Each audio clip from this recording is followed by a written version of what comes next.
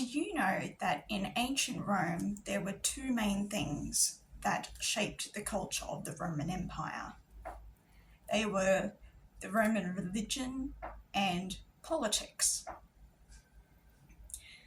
The Roman religion had many gods like Venus, Neptune. Our planets today were named after them.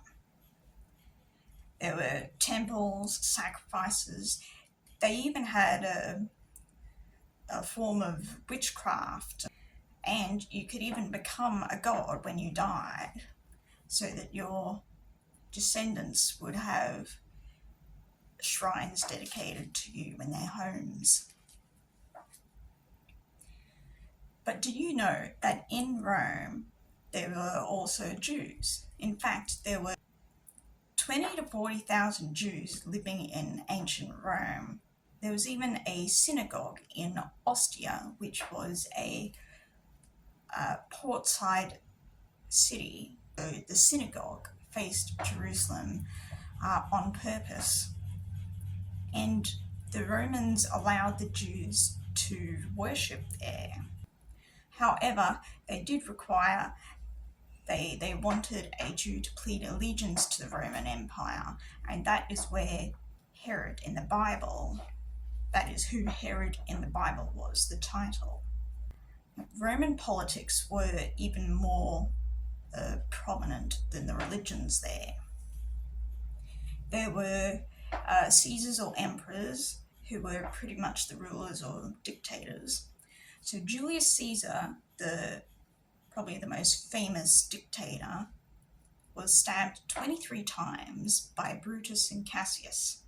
His great-nephew Octavian, who was also his adopted son, avenged his death and became Caesar Augustus, the first emperor in Rome.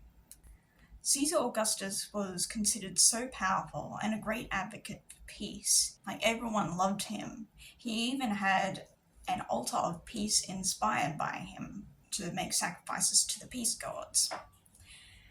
So emperors lived at the site that is now Palatine Hill in Italy, in Rome. And then Christianity came along. Now, Caesar Augustus reigned when Jesus was born.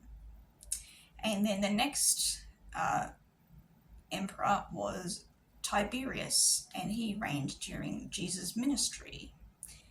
Emperors hated Christians, and Emperor Nero's persecutions occurred at what is now known as the Vatican.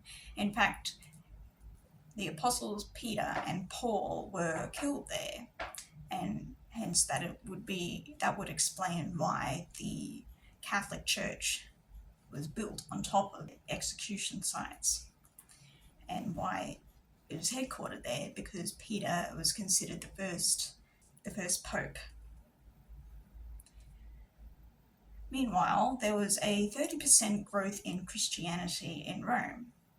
But about 64 AD, there was a fire in Rome, and Romans began to feel sorry for Christians.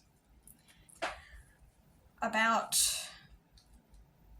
a couple of hundred years after Jesus, Telemachus was a monk, and he came along and attempted to stop gladiator fights in Rome. He actually went out onto the stage, the arena of possibly the Colosseum, and he, in the middle of a fight, yelling, "In the name of Christ, stop!" But he was stoned to death by the crowd. Now, the Christian emperor, Emperor Constantine, I think, he abolished them after this incident. Also, all the temples, when Christianity happened, the Christians got rid of all the temples except one, the Pantheon.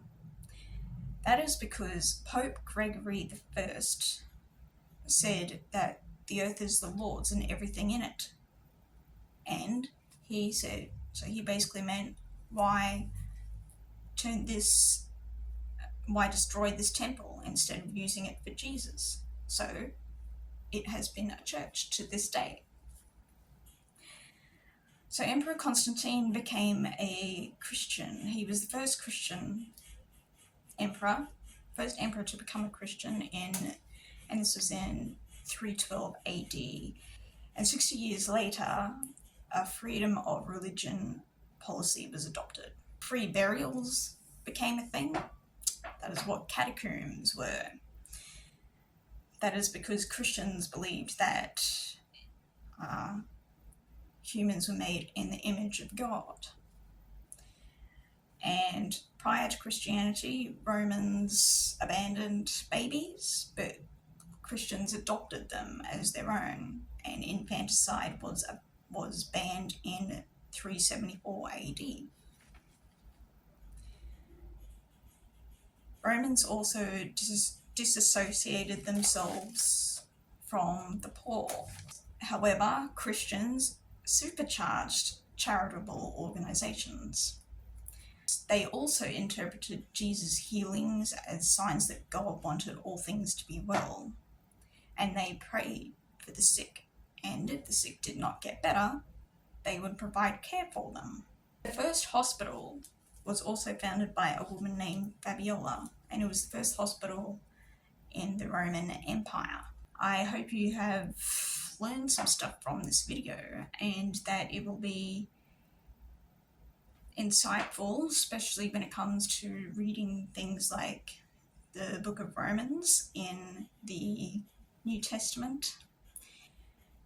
And yeah, just when you are considering Christianity and the Roman Empire. Thanks for watching.